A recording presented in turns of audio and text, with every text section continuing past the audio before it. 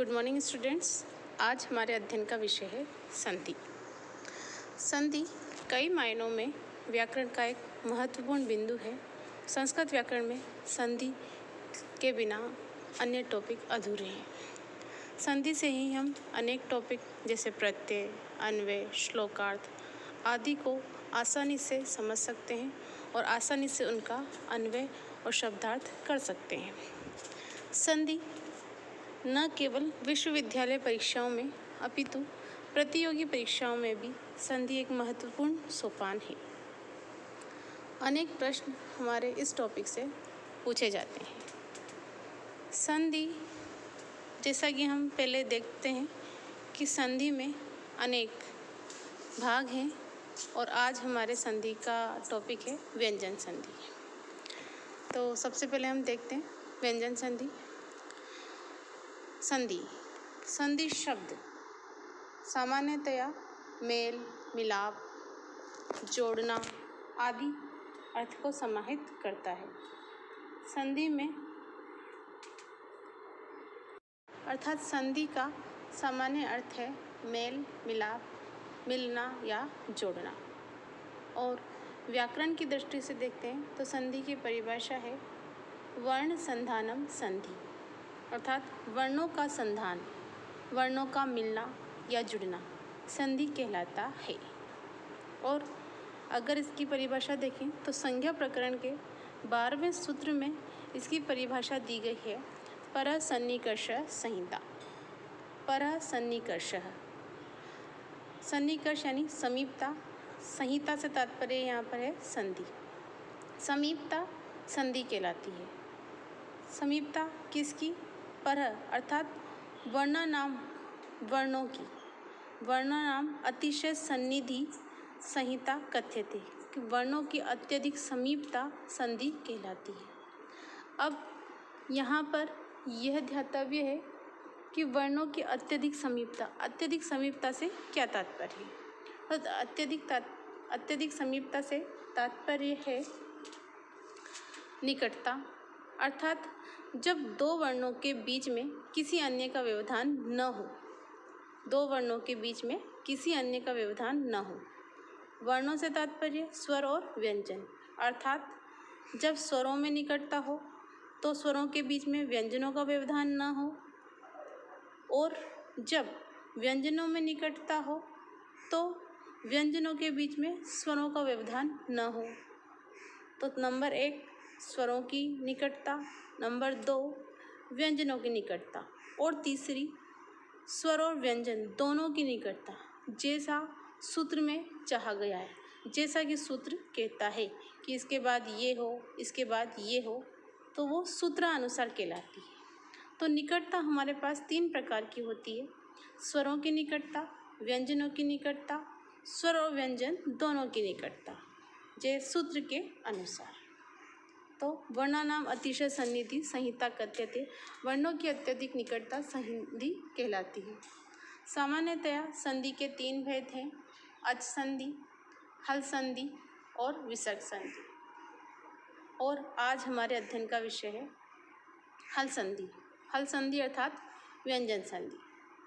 हल संधि को हम व्यंजन संधि कहते हैं सामान्य भाषा में, और व्याकरण के अंतर्गत इसे हल संधि कहा जाता है। क्यों? क्योंकि हल प्रत्याहारे संपूर्ण व्यंजनानि आयान्ति। हल प्रत्याहार के अंतर्गत संपूर्ण व्यंजन आते हैं, इसीलिए इसे हल संधि कहते हैं। वैसे तो हल संधि में या किसी भी संधि में कोई भेद प्रभेद नहीं है, परंतु हम सूत्रों के अनुसार इसे नाम दे देते हैं। इष्टुत्व संधि, जहाँ पे इष्टु आदेश होता है उसे इष्टुत्व संधि, जहाँ पे इष्टु आदेश होता है उसे इष्टुत्व संधि, जहाँ पे जश आदेश होता है उसे जशत्व संधि, और जहाँ पे अनुनासिक होता है उसे अनुनासिक संधि। इस प्रकार जो भी आदेश होते हैं हम उसे उस संधि के नामकरण देकर अभिहित करते हैं। तो यहाँ पर इष्टु आदेश हो रहा है, इसलिए हमने इस संधि का नाम दिया है इष्टुत्व संधि। तो अब हम आगे इष्टुत्व संधि की ओर बढ़ेंगे। इसका सूत्र है स्तोश्चुनाश्चु। स्तोश्चुनाश्चु इसका अर्थ है, देखिए, सकार और त वर्ग के स्थान पर, किसके स्थान पर? सकार मतलब स और त वर्ग के स्थान पर शकार और च वर्ग हो जाता है। शकार और च वर्ग हो जाता है यदि बाद में या उसके साथ श और च वर्ग का योग हो तो। आप इस बॉक्स में देखिए कि स के स्थान पे श, त के स्थान पे च, थ के स्थान पे छ, द के स्थान पे ज, ध के स्थान पे झ और न के स्थान पे य आदेश हो जाता है यदि श और च वर्ग का योग हो तो। यदि बाद में या पहले श हो या च वर्ग हो तो। जैसे हम इसे उदाहरण से देखते हैं, देखिए सचित, इसका पहला उदाहरण है। सत प्लस चित, इस स्थिति में पहले पद के अंत में स है, त है और बाद में च वर्ग का च है।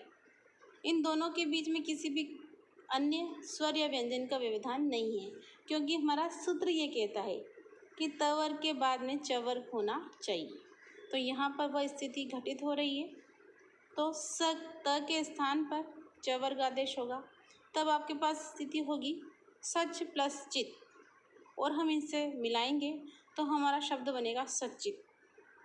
दूसरा उदाहरण देखिए, रामस चिनोती। यहाँ रामस प्लस चिनोती, इस स्थिति में देखिए पहले पद के अंत में स है और दूसरे पद के प्रारंभ में च है, तो स्थिति घटित हो रही है कि स के बाद में क्या है, च वर्ग। स के स्थान पे क्या आदेश होगा, श। तब आपके पास स्थिति होगी रामश प्लस चिनोती और मिलाएंगे तो रामश चिनोती। इसी प्रकार उज्ज्वल और शांगिन जय, ये दो उदाहरण हैं। आप इसे सोल्व करिएगा और उसके बाद कोई समस्या आए तो आप मेरे वीडियो के कमेंट बॉक्स में मुझे इसका आंसर पूछ सकते हैं, ये आपके सॉल्व करने के लिए है। अब कुछ स्थलों पर इसका निषेध भी होता है, अर्थात स के स्थान पे श नहीं होता या त वर्ग के स्थान पे च वर्ग नहीं होता। कुछ विशेष स्थल हैं जहाँ पर आगे वाला निषेध सूत्र कार्य करता है। इसका निषेध सूत्र देखिए, शात, आपको दिखेगा छोटे से बॉक्स में शात। ये सूत्र कहता है शकार से परे, शकार से परे मतलब शकार के बाद में त वर्ग को च वर्ग नहीं होता है। मतलब एक तरफ शकार हो और दूसरी तरफ त वर्ग हो तो त वर्ग को च वर्ग नहीं होगा। अर्थात पहले वाले सूत्र के अनुसार तो त वर्ग को च वर्ग होना चाहिए था, किंतु इस सूत्र ने उसका क्या कर दिया, निषेध। तो त वर्ग के स्थान पे च वर्ग नहीं होगा। देखिए उदाहरण, विष प्लस न, इस स्थिति में देखिए पहले पद में श है, दूसरे पद में न है, तो यहाँ पर श के साथ त वर्ग न का योग प्राप्त था और पहले वाले सूत्र से अर्थात स्तोष्णाश्चु सूत्र से न को य प्राप्त था, किंतु न को य नहीं हुआ। इस शात सूत्र से उसका क्या हुआ, निषेध, और स्थिति वैसी की वैसी बनी रही, न का न बना रहा और हम इसे मिलाएंगे तो आपका बन जाएगा विष्णु। इसी प्रकार दूसरा उदाहरण देखिए, प्रश प्लस न। यहाँ पर भी श का किसके साथ योग था, त वर्ग न के साथ, अर्थात त वर्ग के स्थान पे हमें च वर्ग होना चाहिए था, अर्थात प्राप्त था। न को क्या प्राप्त था, य प्राप्त था, किंतु इस शात्र सूत्र से निषेध हुआ। तब पुनः वही स्थिति हुई, समान स्थिति हुई और प्रश्न प्लस न यही स्थिति बनी रही और वर्णों को मिलाएंगे तो ये बनेगा प्रश्न। इस प्रकार यह आपकी पहली व्यंजन संधि में पहली संधि है, ईश्वत्व संधि। नंबर 1 इसका सूत्र है विधि सूत्र स्तोष्णाश्चु, जो कि कार्य करता है, और दूसरा सूत्र है शात, निषेध सूत्र है, जो उस कार्य को कुछ स्थलों पर रोकता है शब्दों की सिद्धि के लिए। अतः यह आपकी इष्टत्व सिंधु है। अब हमारी आगे की संधि है इष्टत्व संधि। देखिए इष्टत्व संधि, इसका सूत्र है इष्टुनाष्टु। क्या है, इष्टुनाष्टु। देखिए स और त वर्ग के स्थान पर शकार व ट वर्ग हो जाता है यदि श और ट वर्ग का योग हो तो। सेम पहले वाले सूत्र जैसा ही यहाँ पर है कि सकार और त वर्ग के स्थान पर क्या आदेश हो जाता है, शकार, मूर्धन्य शकार और ट वर्ग। यदि किसका योग हो, शकार और ट वर्ग का योग हो तो आप बॉक्स में देखिए, स के स्थान पे श होगा, त के स्थान पे ट, थ के स्थान पे ठ, द के स्थान पे ड, ध के स्थान पे ढ, न के स्थान पे ण। लेकिन योग किसका होना चाहिए, श और ट वर्ग का। उदाहरण देखिए आप, पहला इसका उदाहरण है रामश टीकते। यहाँ पर रामस प्लस टीकते, इस स्थिति में स है प्रथम पद के अंत में और द्वितीय पद के प्रारंभ में है ट, तो स के साथ ट वर्ग का योग है, तो स के स्थान पे श होगा। आपके पास स्थिति होगी रामश प्लस टीकते और मिलाएंगे तो बनेगा रामश टीकते। द्वितीय उदाहरण देखिए, तट्टिका। यहाँ पर भी तत् प्लस टीका, इस स्थिति में त के साथ त वर्ग के साथ किसका योग है, ट का, तो त के स्थान पे क्या आदेश होगा, ट। आपके पास स्थिति होगी तट प्लस टीका और मिलाएंगे तो क्या बन जाएगा, तट्टिका। वैसे इसका उदाहरण मूल में अलग है, अर्थात इसका संधि विच्छेद तद प्लस टीका होता है, लेकिन वो आगे वाली संधि का विषय है। जब हम आगे वाली संधि पढ़ेंगे तो इसका उल्लेख हम जरूर करेंगे। यहाँ पर हमने सीधा ही तोड़ के इसको इसी प्रकार बताया है। नेक्स्ट है पेष्टा।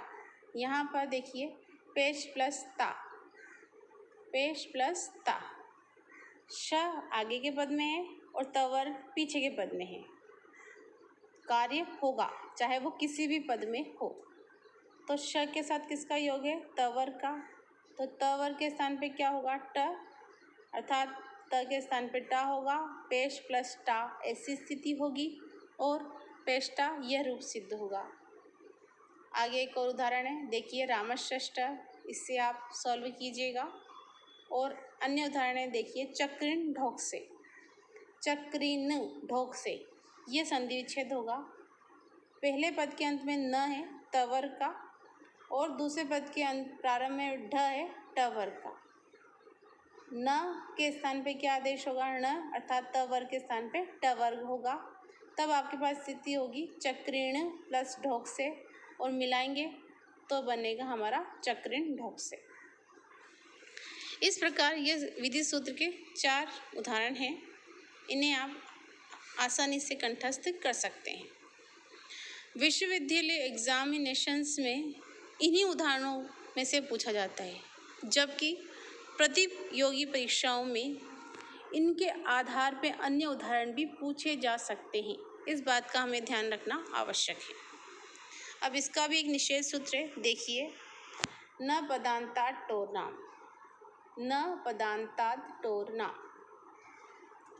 नाम शब्द को, कौन से शब्द को, नाम, जो हमारे षष्ठी बहुवचन के अंत में लगता है, उस नाम शब्द को छोड़कर पदांत ट वर्ग से परे स और त वर्ग को श और ट वर्ग नहीं होता। अर्थात नाम शब्द को तो हो जाता है और अन्य स्थलों पर स और त वर्ग को श और ट वर्ग नहीं होता, लेकिन किसका योग होना चाहिए, ट वर्ग का योग होना चाहिए। आप बॉक्स में देखिए कि पदांत ट वर्ग से स और त वर्ग को क्या नहीं होगा, श और ट वर्ग नहीं होता। किसको छोड़कर, नाम शब्द को छोड़कर। उदाहरण देखिए, उदाहरण से ये ज़्यादा समझ में आएगा आपको। षट प्लस संत है, देखिए यहाँ संधि विच्छेद होगी, षट प्लस संत है। यहाँ पर पदांत में षट अर्थात ट वर्ग है, उसके पश्चात दूसरे पद में स है अर्थात स है। स को श प्राप्त था पहले वाले सूत्र से, अष्टुनाष्टु से, किंतु यह सूत्र कहता है कि ट वर्ग के बाद में स को क्या नहीं होता, श नहीं होता, अर्थात इस सूत्र से यहाँ पर निषेध होगा। तब स्थिति वैसी की वैसी ही होगी, षट प्लस संत है और मिलाएंगे तो क्या बन जाएगा, षट संत है। पुनः देखिए आप एक बार, षट प्लस संत है, इस स्थिति में ट वर्ग के पश्चात स का योग है, अर्थात स को श होना चाहिए था अष्टुनाष्टु सूत्र से, किंतु इस सूत्र से निषेध होगा और स को श नहीं होगा और स्थिति वैसी की वैसी ही बनी रहेगी। षट प्लस संत है और मिलाएंगे तो क्या बन जाएगा, षट संत है। ये निषेध के उदाहरण हैं। नाम वाला उदाहरण हम आगे के सूत्र में देखेंगे। देखिए आगे का सूत्र है नाम वाला उदाहरण का। अनाम नवति नगरी नाम इति वाच्यम। नाम, नवति और नगरी, इन तीन शब्दों को छोड़कर, किन तीन, नाम, नवति और नगरी, इन तीन शब्दों को छोड़कर अन्य स और त वर्ग के स्थान पर ष्ट और ट वर्ग नहीं होता। नहीं होने में पूर्व सूत्र ही कार्य करेगा कि स और त वर्ग को क्या नहीं होगा, श और ट वर्ग नहीं होगा। किस किस को छोड़कर, पहले वाले सूत्र ने सिर्फ नाम शब्द को छोड़ा है। इस वाले वार्तिक ने उसमें दो शब्दों का समावेश और किया है, नवति और नगरी। ये सिर्फ दो शब्दों को और जोड़ता है। नाम वाला शब्द तो पहले वाला सूत्र ही जोड़ चुका है। तो ये ध्यान रखिएगा कि नाम, नवति और नगरी, इन तीन शब्दों को छोड़कर अन्य स और त वर्ग के स्थान पर श और ट वर्ग नहीं होता है। उदाहरण देखिए, षण नाम, यहाँ पर षट प्लस नाम, इस स्थिति में ट वर्ग है ड और पीछे की तरफ त वर्ग है न। तो पहले वाले सूत्र से आपको प्राप्त था, किंतु न पदांता टो नाम से उसका क्या होगा, निषेध।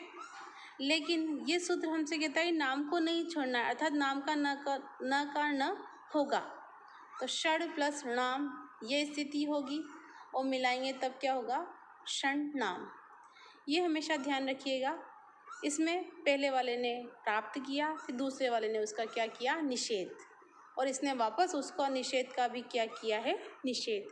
तो यहाँ पर ये थोड़ा सा कठिन है या कठिनता है, तो इसका हमें ध्यान रखना है कि ये नाम को छोड़ देता है, इसलिए हमें यहाँ पर नकार करना है। उसी प्रकार देखिए षण नवति, षण प्लस नवति, यहाँ पर भी ड है और इधर न है, तो न को न प्राप्त है और नवति का उदाहरण इसने दिया है या नाम उल्लेख इस सूत्र ने किया है। केवल ये तीन शब्दों में ही लगेगा, अन्य में नहीं लगेगा। तो षण प्लस नवति, ड को न हुआ अन्य सूत्र से, आगे हम उस सूत्र को पढ़ेंगे और तब आपके पास स्थिति बनेगी षण प्लस नवति और मिलाएंगे तो षण नवति। उसी प्रकार देखिए षण नगरीय, षड प्लस नगरीय, यहाँ पर भी नगरी शब्द का उल्लेख इस सूत्र ने किया है। तो नगरी का न का क्या होगा, ण, षड प्लस नगरीय, और यहाँ पर भी ड का क्या होगा, ण, षण प्लस नगरीय और मिलाएंगे तब क्या बन जाएगा, षण नगरीय। बस इस सूत्र में ये ध्यान रखना है कि इससे पूर्व के सूत्र ने केवल नाम का उल्लेख किया और इसने उसमें दो शब्दों का और समावेश कर दिया, नवति और नगरी। तो इस बात का विशेष रूप से हमें ध्यान रखना है कि नाम, नवति और नगरी, इन तीन शब्दों को छोड़कर अगर ट वर्ग के पश्चात कोई स और त वर्ग हो तो उसके स्थान पर श और ट वर्ग नहीं होगा। एक दूसरा निषेध सूत्र और ही, इसे देखिए तोषी। ये कहता है कि शकार परे होने पर, क्या परे होने पर, शकार, अर्थात श बाद में होने पर त वर्ग को ट वर्ग नहीं होता है। इस बात का ध्यान रखिएगा कि वहाँ पर ट वर्ग पहले था और यहाँ पर श बाद में है। काम किसी भी पद में हो सकता है, बस योग होना चाहिए। तो ये बात ध्यान रखने योग्य है कि पहले वाले सूत्र में ट वर्ग आगे था और इस निषेध सूत्र में श पीछे है, अर्थात यदि श पीछे होगा तो त वर्ग को ट वर्ग नहीं होगा।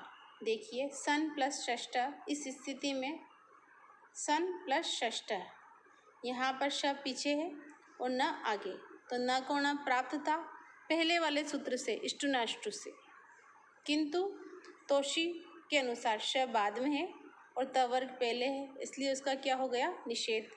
तो न को न नहीं होगा, तब आपके पास वही स्थिति बनी रहेगी सन प्लस षष्ठ और मिलाएंगे तब क्या रूप बनेगा आपका संषष्ठ।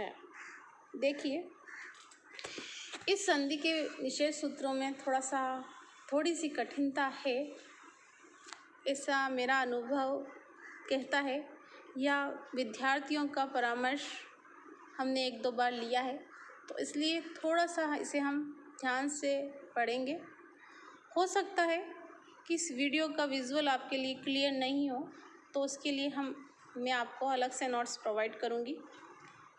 तो आगे हम इसी संधि में आगे बढ़ेंगे और आगे इस संधि के अंतर्गत अन्य सूत्रों का और अन्य संधियों का अध्ययन हम नेक्स्ट वीडियो में करेंगे। तब तक के लिए इत्यलं शुभास्ते पंथानं सन्तु।